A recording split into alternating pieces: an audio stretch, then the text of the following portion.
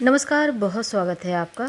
तुला राशि ब्रह्मांड में बहुत बदलाव होने जा रहा है क्योंकि शनिदेव वक्री होने जा रहे हैं और पूरे 500 सालों के बाद कुछ ऐसा संयोग बन रहा है कि शनिदेव तो वक्री होंगे ही, साथ ही अपने ही नक्षत्र उत्तरा भाद्रपद नक्षत्र में रहेंगे।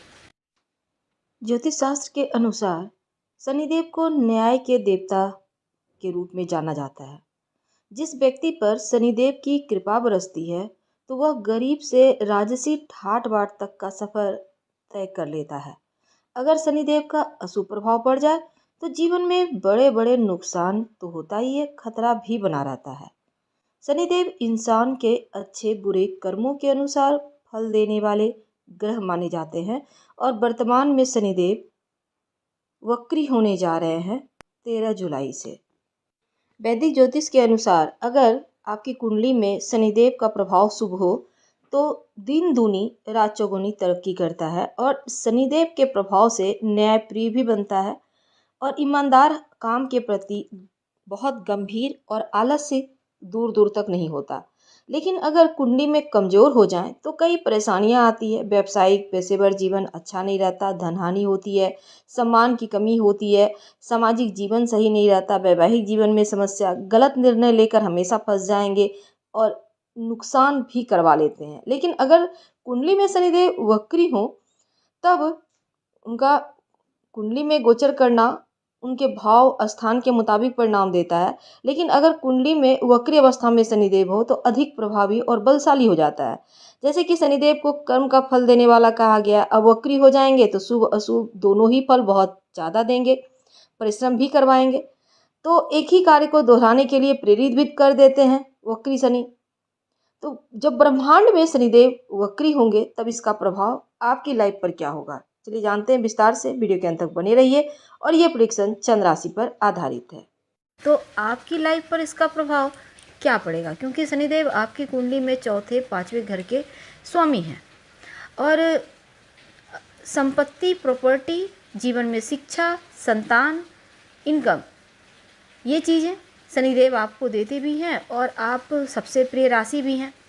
हालांकि वर्तमान में शनिदेव मीन राशि में चल रहे हैं, आपके छठे भाव में।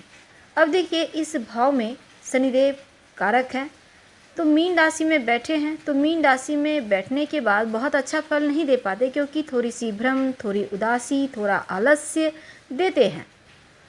अच्छा क्या होगा, देखिए प्रॉपर्टी लेने में कोई दिक्कत थी, संतान को लेकर कोई टेंशन था, लव लाइफ को लेकर कोई समस्या थी, जॉब को लेकर परेशानी थी, या लॉटरी, जुआ, सट्टा वगैरह में आपको समस्या से दो चार होना पड़ रहा है, तब मीन वालों जो शनिदेव हैं वो आपके लिए 13 जुलाई से 28 नवंबर तक इन समस्याओं से बाहर निकालेंगे। दूसरी बात, 29 मार्च से वो मीन में चल रहे हैं, लेकिन 28 अप्रैल से ही अपने ही नक्षत्र उत्तरा भाद्रपद नक्षत्र में चल रहे हैं, तो उनका पावर बढ़ गया है कई सौ गुना। तो शनिदेव जब वक्री होंगे तो एक घर पहले का प्रभाव देते हैं, एक घर पहले का प्रभाव बढ़ा देते हैं, तो पंचम भाव का फल देंगे। कुंभ राशि स्वयं की राशि है, अपने ही नक्षत्र में बैठे हैं तो और ज़्यादा पावरफुल हो जाएगी। देखिए 13 जुलाई के बाद उनके वक्री होने से आपकी लाइफ में बहुत कुछ आकस्मिक रूप से बदल जाएगा।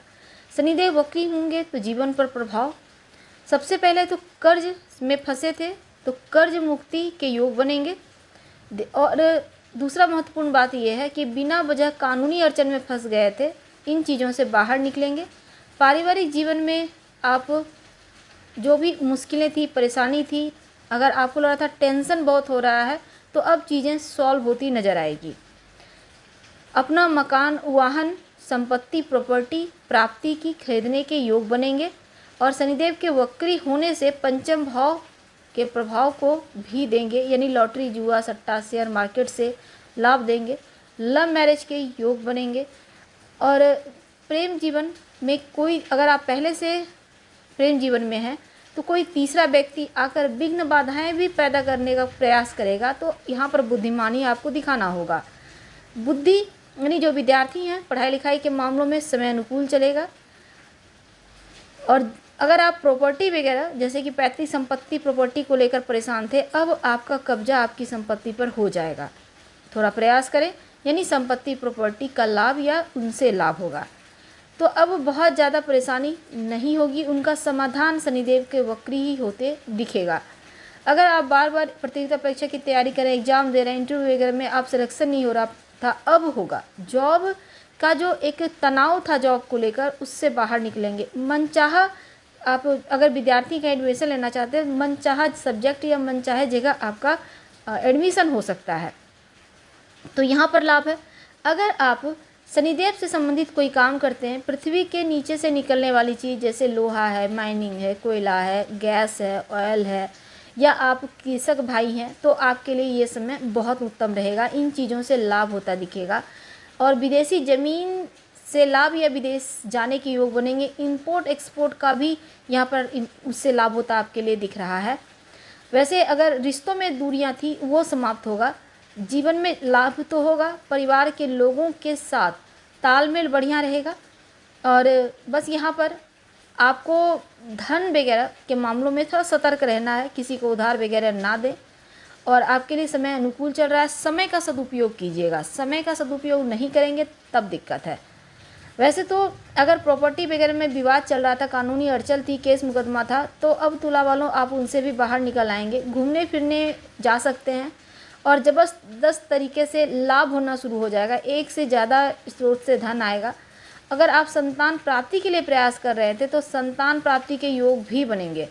अब संतान का अगर डेवलपमेंट नहीं हो रहा था, संतान सेटलमेंट नहीं कर पा रहे थे ठीक से, तो अब यहाँ पर समय अनुकूल है। यहाँ तक कि बच्चों का विवाह तय होने की संभावना है।